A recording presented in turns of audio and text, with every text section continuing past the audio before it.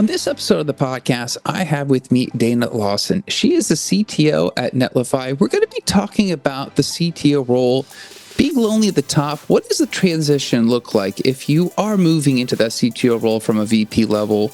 Also, there's some skills that you have to pick up along the way. We're going to talk about some of those. How do you actually find peers and mentors? And why is this title so important? We're going to hopefully get through all of that for you. Dana, thanks for being on the show. Thank you so much for having me. It's going to be a fun talk. Absolutely. All right, before we dive in, tell everyone what you guys do at Netlify. Netlify is a composable web platform which enables developers to take idea all the way for production. So we take away all the infrastructure in the middle and help web developers build those apps and experiences we love. All right. So obviously you're a CTO.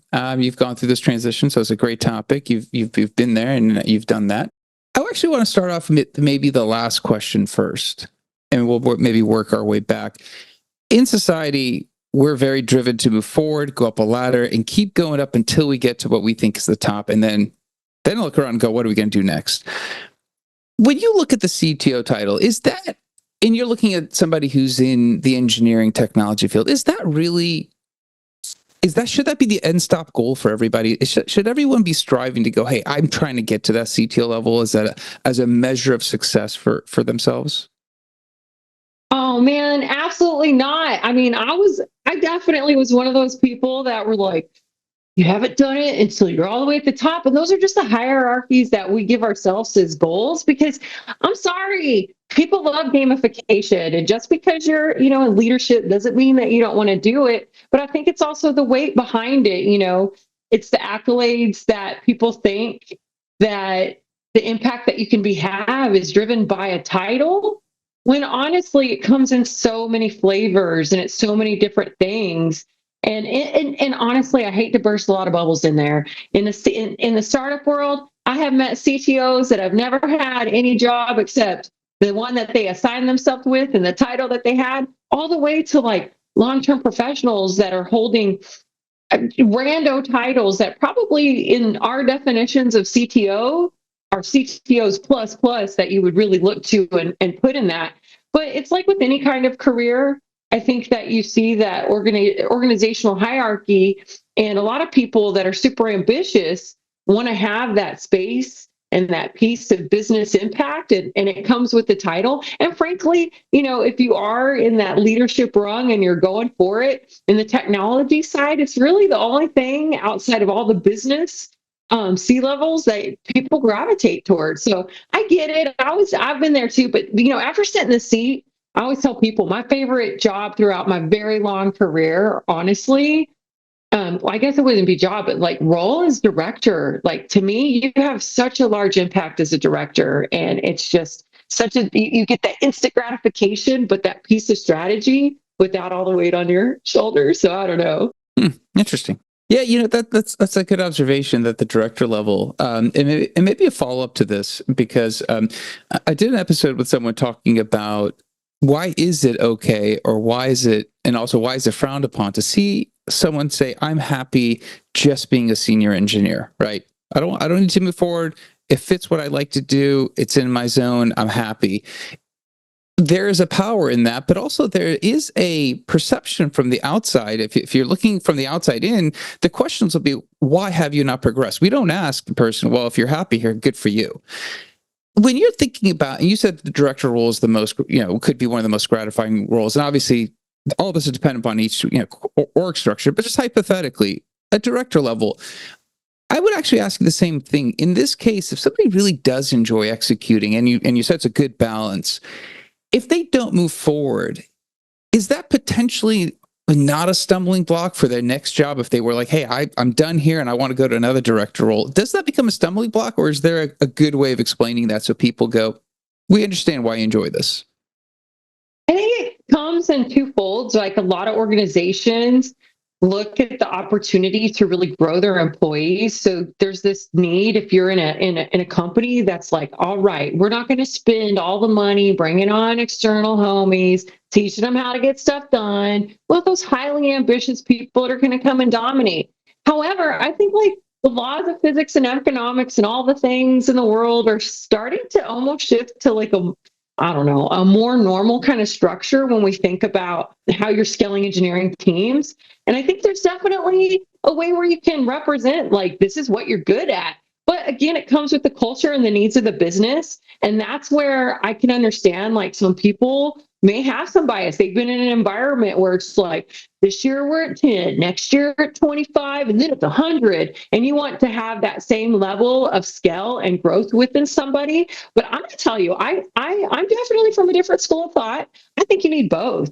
I think that people don't look at the cost of having somebody move out of that role and the change management of the interpersonal relationships that people have developed.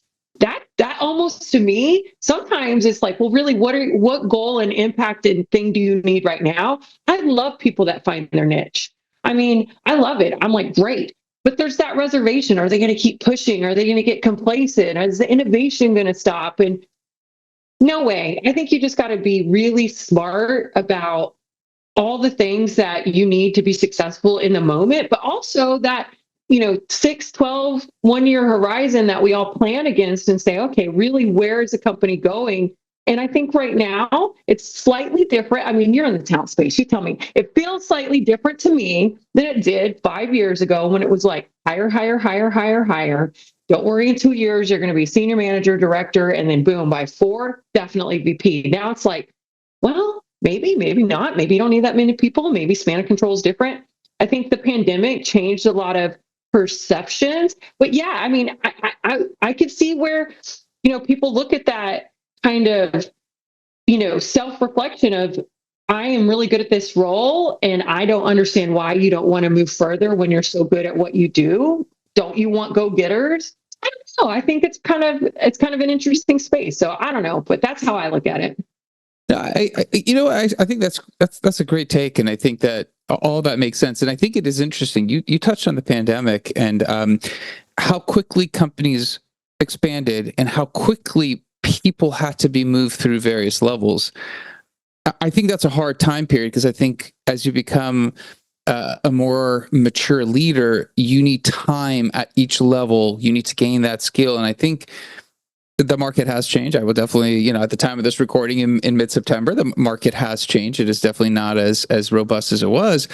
And we are seeing people that were manager, director titles dropping back to, senior, principal, lead engineers. And it's not a bad thing. And I think the one great thing about engineering is there are 2 tracks, which is fantastic. And I guess to kind of hone back on, I kind of diverted our topic, but to get back on track here, obviously, when you're at director level and you are VP level and you are interested in moving into the next level, you want more responsibility, you want that on your shoulders, as you said. There is a maturation, there is a career progress, there are skills that need to be developed.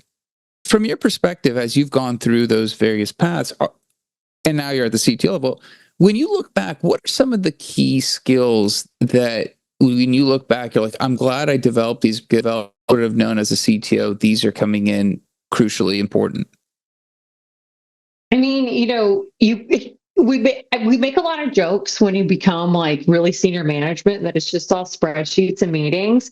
But like in the reality of it, there's a reason that there's those jokes there because you're doing a lot of time double checking the business metrics and the financial forecast of what you are planning against as an R&D product CTO person. When you're in different levels, before you get there, you get little bits and pieces. When I was at platform engineering, I had a charter of like ensure the cost of goods sold and that what we need to do to scale. Here's how much it's going to cost us.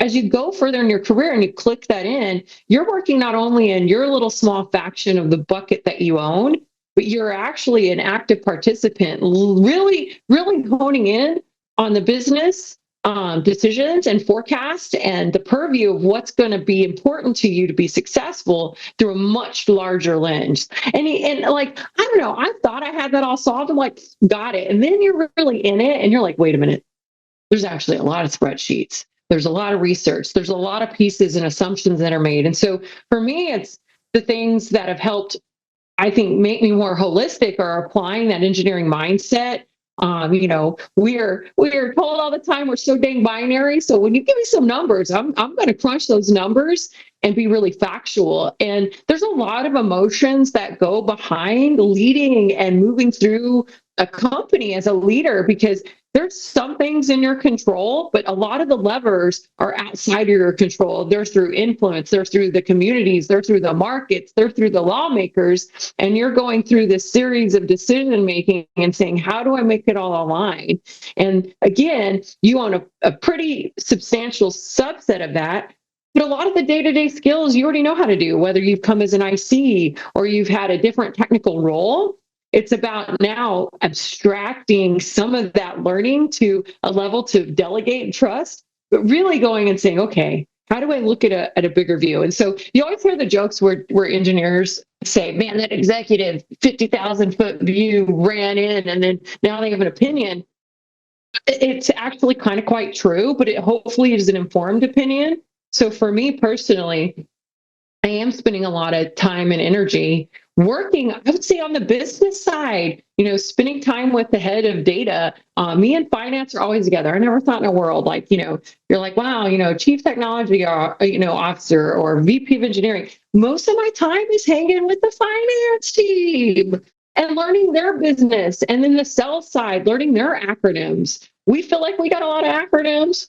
Go talk to a sales leader. They have their own bucket of acronyms. I don't think you really get as much of that visibility before you hit that senior director executive level, because your day job is about execution, or at least 50% or more of execution. But as you get further up, it's about strategy. It's about the long game.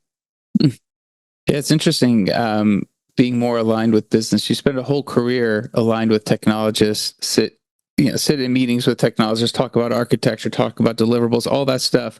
And then at CTO level, you're now crunching numbers, which you're good at. And also you're spending a lot of time with the sales and finance teams. Just like when you think about how far you get removed from the day-to-day of technology at the CTO level, when you jump back in, what are you trying to accomplish? When you want to jump back in and provide input or insight from that 50,000-foot level, because you understand the business direction. Talk about how that's discussed. I mean, we're all human. It's real natural. We've all done it before, where it's like especially I think once you make that jump into the higher levels of management, it's like, oh, I'm so comfortable, like, just fixing this PR, just like coming in. Nobody wants that. Nobody wants to feel like you're swooping in. You have to remember, like, that is not your job no more. But for me, I do want to pay attention and pay attention closely. And I try to do it almost it feels very passive, because I don't want my team to be like, oh my gosh, Dana's coming in, she's gonna be a distraction. Because believe it or not, I feel like I try to maintain a reasonable amount of ego, but I forget that like a title carries a lot of weight.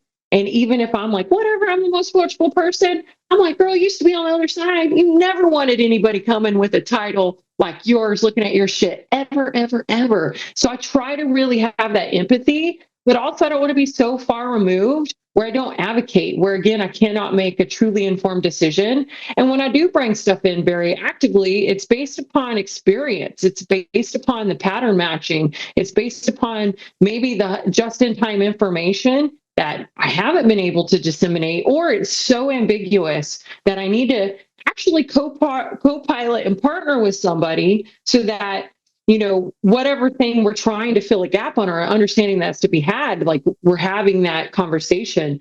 But a lot of times, you've got to do the self-study on the side. I mean, a part of your job too, to form business strategy, is to understand the current market, who you're selling to, who's you're using your product, and what's going on. And so, you still have technology in your title. And I spend a lot of my time still going and learning the latest. Like our team will release something really cool and new that I haven't touched. I'm going to try it first. I may not be in their face, but also, I'm expected to bring that input and feedback. Do I have to always come in there and be that deal breaker and be like, no? But sometimes you do at this level. And those are typically huge decisions that need to be made. If it's coming to the CTO and you're deal breaking something, it's more likely pretty darn serious. because the team can do it 9 times out of 10 without you, but that one time they need that 51% vote, you better be ready, because they were so unsure about doing it on their own that they're going to come to you. Now you own that decision. So, it's a balancing act, but it's a balancing act with hopefully the back end of it being that you surrounded yourself with a team that you enable and trust to do most of it. So you shouldn't be in their business that hard is what I say. So, I mean, that's great. That's some great insight, and I appreciate the views. If you're going to look at yourself, because obviously I'd like the specifics of you. So when you get to the CTO, in technology, that's the top. I mean, there's nowhere else to go. Maybe CEO, we can argue you can move into the CEO role. That's out of context. But for the CTO role, when you get there, who do you turn to when you're stuck, when you have problems, when you're not sure? Obviously, we're all human. Who do you turn to? Is it a mentor? Do you turn to peers? Because obviously, I started off the episode saying it is lonely at the top, and it is true. There's less people at your level. There's only the other C-suite members that potentially don't relate to you from a technology perspective. But maybe talk to us a little bit about what happens to CTO when they need help. I tell you, like I said, heavy is the head that wears the crown. It is lonely at the top, but boo-hoo, right? I mean, I think most of it is you've risen this much, you care this much, you've hustled, you've grinded, you have tenacity, you're doing all the fun words that we put on posters, you have that grit, but you're like, oh shit, like, what do I do? I have a wide network of mentors from across just like my lived in life experience that I am not afraid to go call on.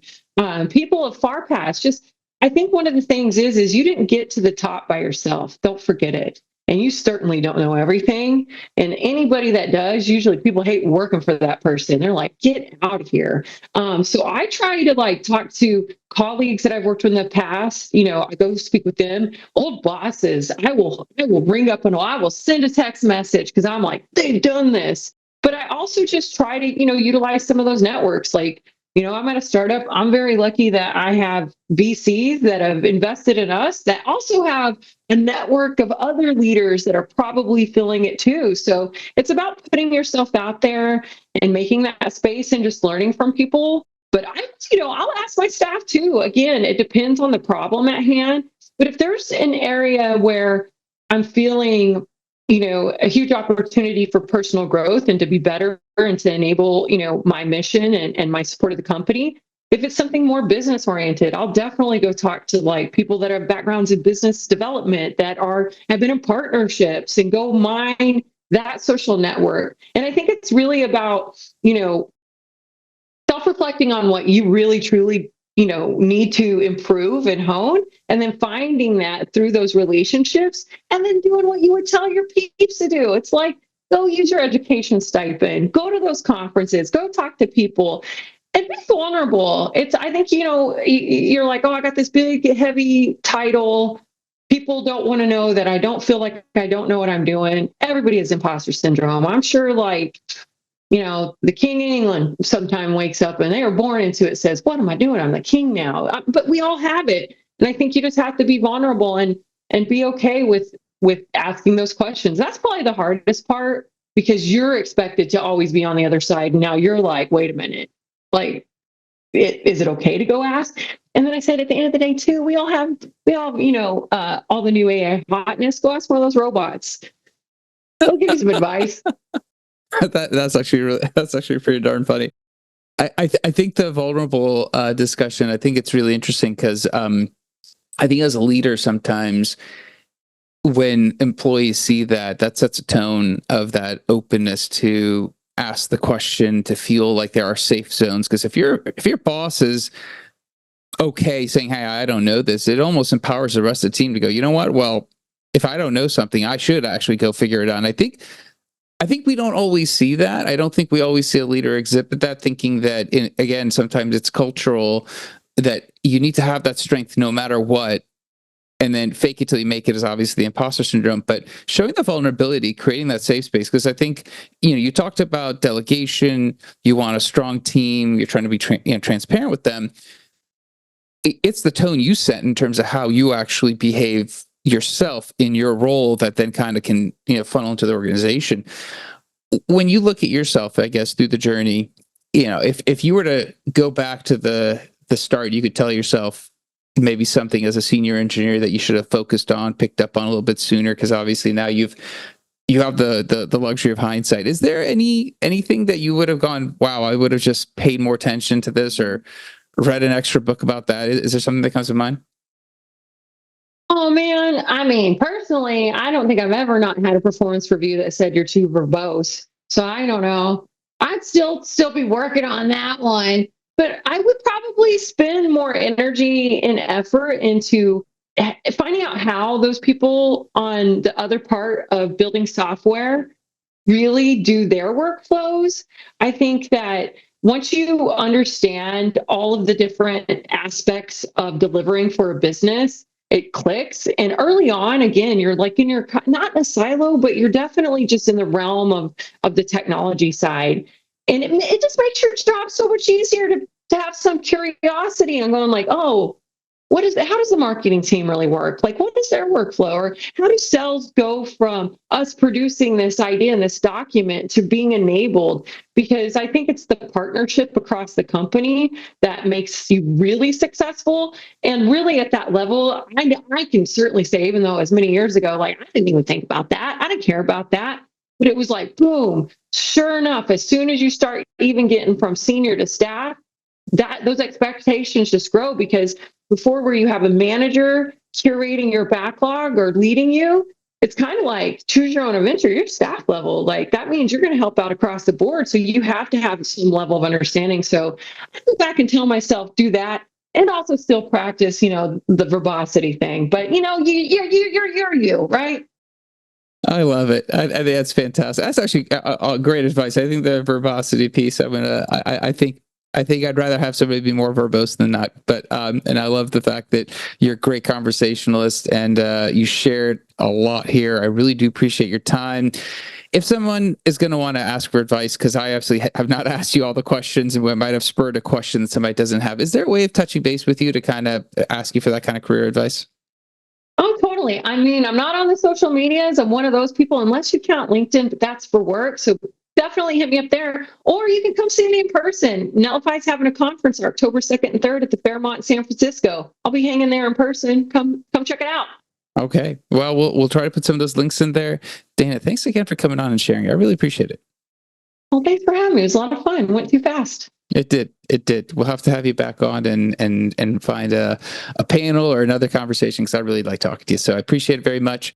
That's it for this episode. We back again, different guest, different topic. Until then, two things. One, I think talking about being lonely at the top was interesting because I think there's a lot of things in there that Dana mentioned that I think a lot of people that are going through the journey of their careers don't realize until the end. So please share this episode with somebody else who might benefit from it, or you yourself. Please let me know how it's going for you.